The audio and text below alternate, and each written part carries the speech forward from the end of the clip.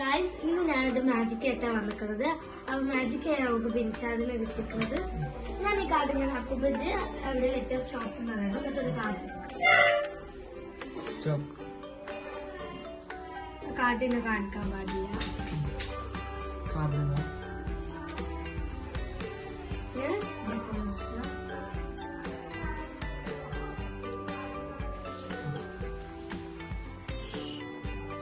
നമുക്ക് ഇത് റഫ്ല ചെയ്യാം.